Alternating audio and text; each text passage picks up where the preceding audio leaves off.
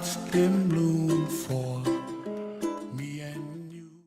Welcome to another edition of Healing Through Nature. My name is Dr. Spindelilus. I am the Doctor of Natural Medicine with the Tree of Life Holistic Wellness Center, and today we're going to be talking about a little bit shorter episode on what you can do for a natural first aid kit at home.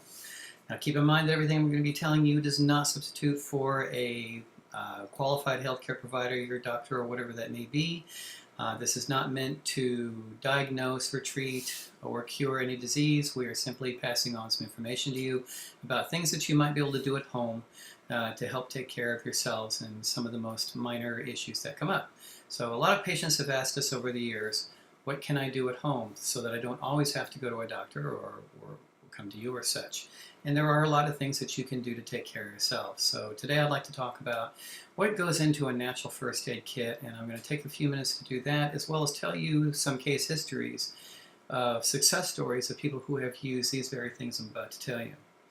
All right, so this is, let me see, we are March 5th, so we are still within the cold and flu season. And at the clinic we have seen quite a few of those coming through this year.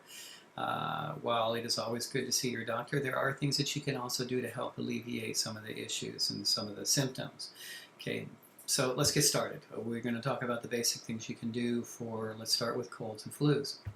All right, a cold, by normal standards, is a rhinovirus. It is a virus, but a lot of people this time of year also get bacterial infections. So something that works across the board that we have found to be very successful, and probably most of you have heard about it before, is garlic. Garlic is, the nickname is the stinking rose. It does smell. Dr. Christopher one time remarked about the reason garlic works so well is that it smells so bad sick people want to stay away from you. There might be some truth to that, but garlic is absolutely amazing. So here's a few interesting facts about garlic. As a general substitute in many cases for a broad spectrum antibiotic, garlic has approximately 35 sulfur compounds in it. Many antibiotics actually have sulfur type compounds in them, but of course a lot of people use too much of the sulfur compounds within pharmaceuticals. You end up becoming allergic to it. I've never yet met a patient become allergic to garlic. So approximately 35 sulfur compounds. The most powerful of those compounds is called allicin. Allicin is also the stinky one. So when you go get garlic at the local stores, if it says odor-free garlic, you got worthless garlic. The garlic has to smell. Also, if you cook garlic, it is worthless. The sulfur compounds and the other antibiotic, anti-infective properties within the garlic are destroyed with heating. So garlic needs to be fresh or in a capsule. It can be in an oil, it can be in a syrup. There are many ways to use garlic, but it cannot be cooked. It's interesting that another nickname for garlic is also Russian penicillin. This is due to the fact that during the World Wars and other battles that Russia's been through, they would constantly run out of anti-infectives. All right, so what did they always do? They would turn to their old standby, and that was garlic. And it was found very often that the garlic was far more effective than the anti-infectives at the time, or even when penicillin eventually came out. It's also very commonly known that originally in the Royal Navy, not just the Royal Navy, but just the English military, back in World War II, it was very common and one to get gut injuries, wounds, bullet injuries to the gut. And almost without fail, those soldiers would often be poisoned, sepsis poisoned, because what they would do commonly is then give them tea to drink after the wound, and of course then it would leak into the abdominal cavity and they would get infections. They found those that they treated with garlic rarely ever got sepsis. So kind of a neat thing there. All right. It is a medical fact that 3 to 5 cloves of garlic, fresh cloves, 3 to 5 fresh cloves of garlic is the equivalent to an adult dose of penicillin. But without the issue or the problem with wiping out your beneficial bacteria, broad spectrum pharmaceutical antibiotics wipe out the good and the bad. All right, and unfortunately that means that the very thing that, like we had discussed in a previous episode about candida, it wipes out your bacterial component that protects you from an overgrowth of candida. You take a pharmaceutical antibiotic, it only takes once, and you can end up with a candida overgrowth. That does not occur when you take garlic. There are precautions for garlic. You have to be careful if you're on blood thinners because garlic is a natural blood thinner, so you'd want to obviously be careful doing things like that. But otherwise, we have found garlic to be massively successful with our patients. For example, a lot of people today are getting tonsillitis, they're getting strep throat, they're getting just the general colds and so forth. All right, I'm going to give you a little formula that we have used in the past that has worked very, very successfully with our patients and family and friends. And that is you take 1 tablespoon of raw honey, 3 or 4 fresh cloves of garlic. You just kind of mince it up with a garlic press, a pinch of cayenne in there, mix it all up in the spoon, and swallow it. It's not as bad as it sounds. Swallow that, and then don't chase it with any liquid for about an hour or so. Let it coat the throat. We have seen cases where an entire family that had strep throat, the strep throat was wiped out overnight. Because what it does is honey is a natural antibiotic and antiseptic. It's also sticky, so it keeps the garlic along with the honey coating the throat as it goes down. Cayenne, the medical term for it, is a rubefacient. That means wherever it touches, it brings blood to the region. A rubefacient, anytime you get blood to a region, what does it bring with it? It brings oxygen and nutrients, which of course helps heal the area as well. So we have found that to be very, very successful. Again, I had a family of 5, 3 children, and both adults all came in with strep throat. We did nothing more than gave them that. They went home, and the next morning they called the clinic, and the strep throat, all of them were fine. It was all gone. So you can use it multiple times during the day. I've had patients use it one time and say they feel better, but it wasn't quite gone yet. You can use it several times throughout the day and for days on end if you have to. You cannot hurt yourself with this, cannot overdose on it that we've ever seen before. All right, so that is an excellent formula for those types of things. We've seen it work on colds, flus, tonsillitis, sinus infections because it gets the garlic in your system. So these are all things that you can do that will help. Okay, so number one thing that we like to have in our first aid kit is garlic. So obviously you're not always going to keep garlic bulbs in there, so garlic capsules are an excellent addition to anyone's first aid kit. Highly recommend it. Number one thing along with the second thing. Okay, and the second thing is cayenne.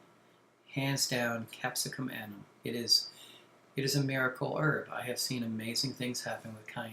Cayenne, like I mentioned before, is a rubefacient. Wherever it touches, it brings blood to that region. That's internal or external, and this is very important because one of the most life-saving things that we have seen with cayenne is the fact that when it touches your tongue, all you got to do is just put a little bit. And so what we'll tell patients is get some cayenne tincture, which is something that you make with alcohol and cayenne. You can buy it in our dispensary at the clinic. You can buy it in most health food stores. Cayenne tincture. Made out of alcohol, it's rated to last 15 years as long as you keep it cool and in a dark place. I know of someone who keeps medieval tinctures, from the 1500s. They were laid down 500 years ago, and they're still as good as the day they were laid down because they were produced with alcohol. Okay, so it basically can last the rest of your life if you take care of it. Okay, so it equalizes so what it does is you put it on the tongue when you're having any kind of internal or external bleeding, for example. We've seen patients do this, and it equalizes the blood pressure. So if you're bleeding on the exterior, we've actually watched this happen. I'll tell you a story in a minute. You put it on your tongue. You can put it on the wound itself. It'll burn. But here's a neat thing about garlic. As much as it burns, as much as it hurts, it causes 0 tissue damage. 0 tissue damage. So even though it might feel painful, it's actually causing no damage. So if you're bleeding, you can put it in your mouth. You can also put some on the wound, and you can literally count, in most cases, you can count to 60. And by the time you count to 60, the bleeding is already stopped or it's massively slowed down. The reason for this is once cayenne gets put on the tongue, you can actually sometimes feel almost this whoosh feeling that it equalizes the pressure throughout the body, and so therefore it pulls the pressure off of that area and it stops bleeding. We've also seen where it is a lifesaver in heart attacks and strokes. I really recommend that. It would be great that everyone had cayenne tincture in their home, especially if you have elderly people or people with congestive heart failure, people who are more prone to strokes. It's an amazing lifesaver. We have seen, for example, Dr. Christopher. He stated in his 30-odd years of practice he never lost a patient to heart attack or stroke. And I can now say, in my almost 20 years of practice, I have never lost a patient to heart attack or stroke.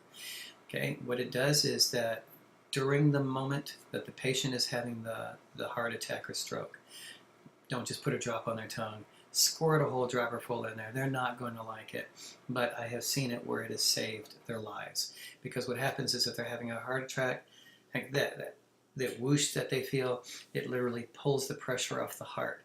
If they're having a stroke, it literally pulls the pressure off of the brain. And we've seen it save lives. Instead of the 4 golden minutes, it might be the golden 30, 40 minutes. There was a patient we had years ago. Massive congestive heart failure. He was regularly he stated that he was having a heart attack pretty much every single month. And then he'd be down for about a week. His other doctor had given him about 4 different things to take when he felt them coming on. The man was very overweight. He was an alcoholic. He did not follow the program well. He was not willing to change, but he did do this. So we gave him the tincture because when he came into the clinic, his blood pressure was sky high. We were concerned. We said, okay, we're going to have to get you immediately on a program, but right now, take the cayenne tincture with you. Next time you feel this heart attack or stroke coming on, use that as well as what you also have. And he said that very often when he would use their other things, he would still end up going to the doctor to the hospital and be there for about a week. Well, we gave it to him. Didn't hear from him for about 2 months. And then one day he just walked in the clinic and he said, hey, doc, I got a great story for you. He said, this is what happened to me. He said he started feeling it coming back on again. And, he's had enough of them. He knows when he's having a heart attack coming on. So he started using all of the other doctor stuff, right down to the last one was the nitro. Nothing was happening. He was feeling it happening. He said, oh, I'm going to have to call the ambulance. And he thought, oh, wait a minute. There was that other thing I was told to try. And he grabbed the cayenne tincture. He didn't put just a dropper full in. He put 2 full dropperfuls in. He was burning. He said mucus came out of about every hole he had, every orifice he had. Heart attack was over with. He didn't have to go to the hospital. He said it was immediately relieved. Within minutes, he felt normal again. He said this happened to him twice, on 2 different occasions, and he said it literally stopped in his tracks. Again, he never did become a good patient, never did follow through, but it's nice to know that it does work. Okay, my wife is a great example. One time she was, because I'm a raw vegan, so she would make certain things for me, and one of them was she had to make up some zucchini. And she was slicing up the zucchini with the mandolin, and she pulled the guard off. And very next slice she did, she cut off part of her thumb, and it was literally heartbeat spurting out there. And she knew what to do. She's a family herbalist. She grabbed the cayenne. She immediately poured it, very brave. She poured it over the counter. She took a big dose of it in her mouth. She also rubbed her thumb in it and then went screaming through the house because it burned so much. But she said literally by the time she got to 20, this heartbeat bleeding had gone down to just a small ooze. And it healed up just fine after that. So cayenne, a lifesaver, especially if you have those who are prone towards heart attack or strokes, whether it be an internal bleeding, external bleeding, we've seen miracles with it. So something I would that garlic absolutely have in your medicine kit. Another great thing that you can do, works very well on burns, things of that nature. We've seen it work from 1st degree to 3rd degree. People would think this is counterintuitive to put something on a 2nd or 3rd degree burn. And I'm not recommending you do these. I'm just saying this is historically what's been done. And you get a combination of raw honey. And whenever I talk about honey, I mean raw honey. Don't use the cooked stuff. It's just worthless at that point. Raw honey is still very antiseptic, very antibacterial. You take a spoonful of raw honey. You put a whole bunch of powdered comfrey in there. Mix some wheat germ oil in it. So raw honey, comfrey powder, and wheat germ oil. Mix that all up into this paste, and wherever the burn is at, this can be a sunburn up to a very severe burn, and you basically rub that over it. You start feeling the effects right away. Obviously, on minor burns, it's not a problem. On the severe burns, you should obviously see your doctor, but what has been done in the past is they would put this on it, and with very severe burns, you don't wash it off. You just put it on there, and then several times a day, you just keep putting on top of that. At least once a day. Keep putting on top of the previous because the body will absorb it. We have seen where new skin started growing underneath. We've seen cases where most doctors would have said would have required a skin graft and did not. So we have seen miracles with nature. All right, so honey, comfrey powder, and raw honey, comfrey powder, and wheat germ oil, amazing for burns. All right, plantain salves. We actually make one at the clinic. We call it the green salve. It's a combination of plantain, comfrey, and chickweed. We've used it on everything from little tiny cuts and scrapes all the way up to things where hemorrhoids and wounds. You have to be careful using anything with comfrey on the external. Comfrey, Symphytum officinale is the Latin name for it. Very, very powerful cell proliferant, which means it causes cells to regrow very quickly. It's amazing.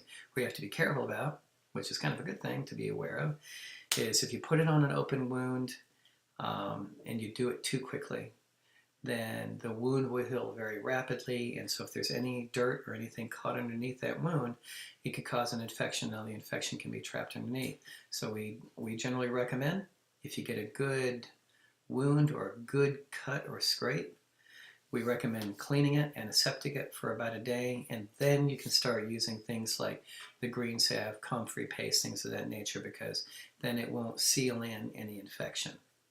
Good advice there to do.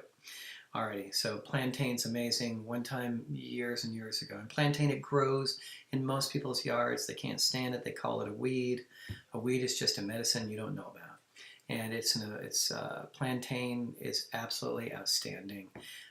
Years and years ago, when I was still very, very ignorant about how to apply certain things, this is decades ago, I ended up with a spider bite on my hand. And I didn't take care of it really well, so it got a little ulcer there. So, hey, I'm going to put garlic paste on it. Not a good thing to do. Good here, not here. Because garlic, remember how I told you cayenne will not cause any tissue damage? Pure garlic juice or garlic paste put straight on the skin can cause a blister. It did. Next morning I woke up, looked at it, and it was all infected. It was just terrible. So I went and did what I probably should have done the previous day. I went out in the yard, found a bunch of plantain, took it inside, broke it all up, put it in a little pan of water, heated it, not full boil, but heated it for about 20 minutes.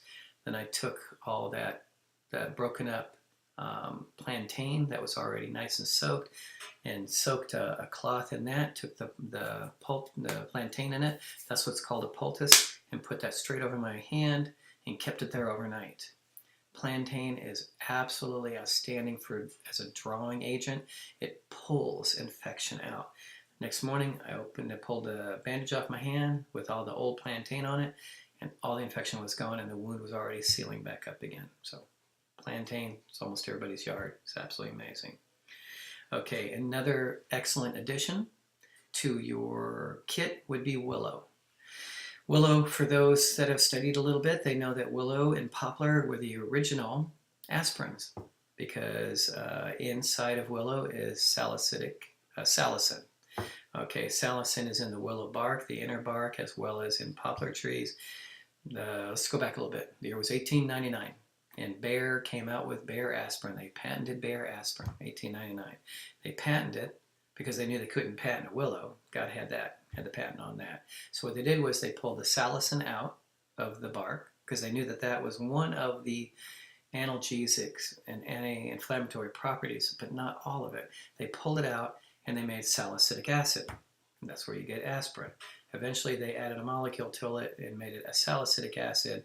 But the point is, salicylic acid will burn your stomach and produce ulcers. Willow does not. Willow is composed of several hundred different constituents, different chemicals. It was designed that way so that it would buffer it, so that you could take all the willow you wanted and it wouldn't cause any problems with stomach ulcers. Didn't make them or anything of nature.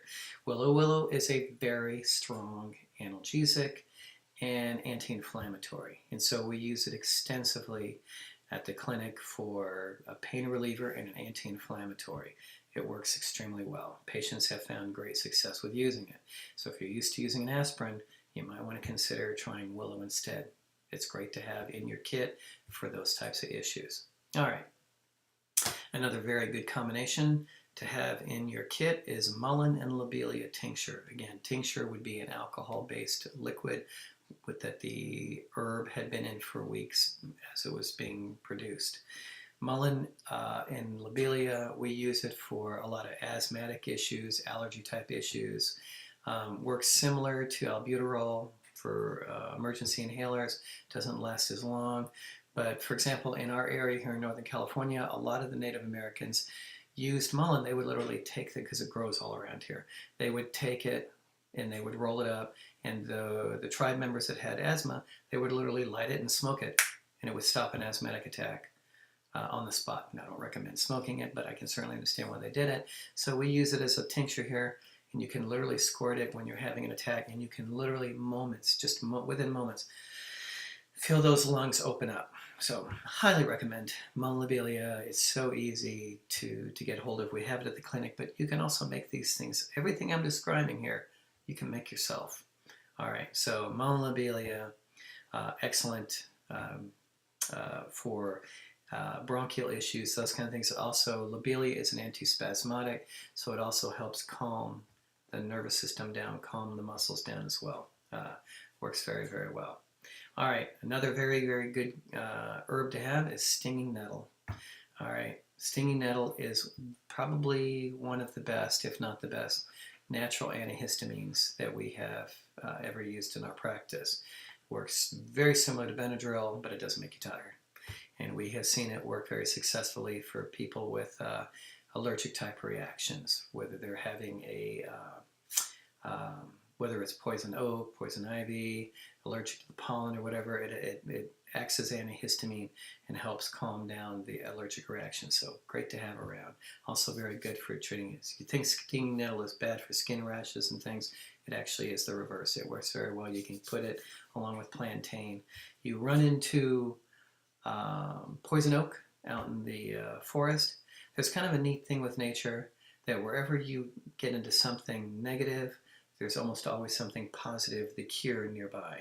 So when you get into poison oak, almost without fail, there'll be stinging nettle or plantain around, and you can literally take those and break them up and put them on there, and it helps stop the poison oak. It's kind of like an eraser, wipes out the previous incident. So those work well. So stinging nettle, wonderful to have in your house. Of course, what many, many households have nowadays is aloe vera. Have aloe vera around the house. Absolutely stupendous for burns and scrapes, things of that nature. Great pain reliever. It works just like that. We also have patients with stomach ulcers actually drink aloe vera juice. Works very well on healing those up very quickly. So aloe vera, what more do I need to say? Most people know about aloe vera. Ginger. Ginger is a great herb to have around. Ginger is a wonderful anti-nausea type medication. We have seen patients with, for example, my wife is a good example. She gets seasick if we go out there. If she eats ginger, or you drink ginger tea or ginger candy, you have those about a half hour before you got on the boat, and it works very well. And then you just kind of eat a little bit every once in a while you're on the boat, and it works stupendous for nausea, whether that be nausea for seasickness, car sickness, nausea during pregnancy, nausea for patients who are going through chemotherapy. Ginger works very well. One of the very popular things, I believe even to this day, is the Royal Navy in England. They give their sailors two choices. They can take the standard anti-nausea drug, or they can have ginger tea, or ginger cookies. Most of the time they choose the ginger. It works just as well, and it's great anti-nausea, and they don't get sleepy from taking it. Okay, one last thing that works very well is golden seal powder. Just have golden. It's very expensive, so you don't need to have a lot of it, but just have golden seal powder. It is great antiseptic for wounds. We actually make a tincture at the clinic called Herbidine, and I would be happy to post the recipe for it or the formula for it. It basically uses cayenne and golden seal and those kind of things, and myrrh. I think that's all that's in it is cayenne, golden seal, and myrrh. And we make a tincture out of it, and it's literally called the herbal sister to betadine. We use it just like you would iodine or betadine, and I have never yet seen a patient who uses it on cuts or scrapes or wounds. I've never seen them get an infection yet. Works wonderful. Absolutely superb. So remember how I told you earlier about being careful with the green salve? Don't put it on fresh wound where it'll heal too quickly. So what we generally do is we tell them put the Herbidine on it for about a day, and then after that you can put the green salve on it, and we found that to work absolutely wonderful. Okay, so those are some of the things that we would normally do. A couple of more things real quick. A lot of, again, because it's cold and flu season, another thing that you can do for colds and flus and bronchial issues, this works extremely successful, is an onion poultice, an onion pack over the chest. Basically what you do is if you have a white or yellow onion, I'm pretty sure reds work, but it's normally white or yellow onions, you take it, chop it all up. You can put it in the oven at about 250 degrees, leave it in there just until it just starts to, where it's just starting to cook, where it starts to turn a little bit transparent. Okay, take it out, let it cool for a little bit. You still want it warm, but not obviously scalding. And then the patient or your family member that has serious bronchial issues, a lot of congestion, coughing, you can take that and you put the onion poultice, put the onion right on their chest. Now, if they're a baby, they have very, very sensitive skin, so we recommend to patients make sure that on their children, they first put olive oil over the skin, then put the onion on it, then you put a towel on it, then you put a heating pad. And olive oil for babies, otherwise just, the onions, and then the towel and the heating pad, and do this. What will happen is you will breathe in the onions. It actually does open up the passages, but it also actually seeps in. And we've seen it break up congestion and bronchial type issues overnight to where they can start to breathe.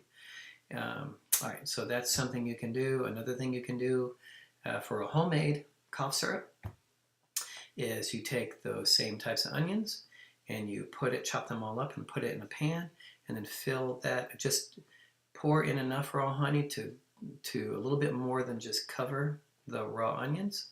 Put it on low heat for about a half hour or so. Let that go for a little bit, and then strain the onions out. Keep the raw honey, and it actually works as a pretty good cough syrup.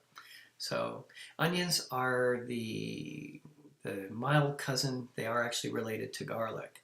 You got Allium sativa, Allium cepa. They're the mild cousins to garlic, so they have a lot of the properties of garlic.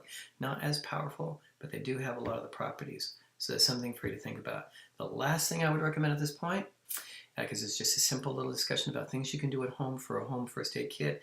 The other thing is apple cider vinegar. We recommend Bragg's because it's the one we know. It's raw. It still has the mother in it, which means it still has all the active enzymes in it. We really recommend Bragg's apple cider vinegar. Why? Well, Bragg's apple cider vinegar is very full of malic acid. Malic acid, we have watched this happen, literally can root out the arteries. It gives you, the apples themselves, gives you a lot of energy. Plus the enzymes, they help support your own enzymes that you produce. So here's a neat story. True story, and this was with my father-in-law. Many, many years ago, they were eating the standard diet out of the South. Lots and lots of deep fried foods, lots of fried foods. And no wonder he ended up with a very clogged artery in his heart. And he was about 74, 76 years old, and he had just gotten out of his appointment with his cardiologist, and he called and he said, "Is there anything I can do?" The cardiologist said, "I have a 90% heart block." 90% heart block. And they had actually scheduled him for open heart surgery. They were going to crack him open and bypass and all the things that they feel like they need to do. Well, he asked his other doctor, "Can I go see my other doctor first?" So they actually said, sure, because who wants to crack open a 76-year-old? They said, "We'll give you 3 months. In 3 months, you're having surgery." So they actually scheduled it, got it all done. He called us and asked, "What can I do?" Well, we knew he wasn't going to change his diet, but we said, there is one thing that you can do. All right, and then this is what you do. For most people, what we call the maintenance dosage is if you do a glass of distilled water with a tablespoon or 2 of Bragg's apple cider vinegar. You can flavor it with raw honey or agave if you want, but generally that's like a glass of this a day. Glass of distilled water with a tablespoon or 2 of apple cider vinegar with flavoring like raw honey or agave. All right, the distilled water is because the chemical formula for water is H2O. Well, the joke about distilled water is it's H2 only. There is nothing else in it. Everything else has been taken out. The nickname for distilled water is hungry water. It can hold more trash. It can hold more medical constituents. It can hold basically 30% more than tap water or even filtered water. It can hold more. This is important because as the arteries get cleaned out, it flushes them out as well. It does not flush out the good vitamins and minerals that you hear about.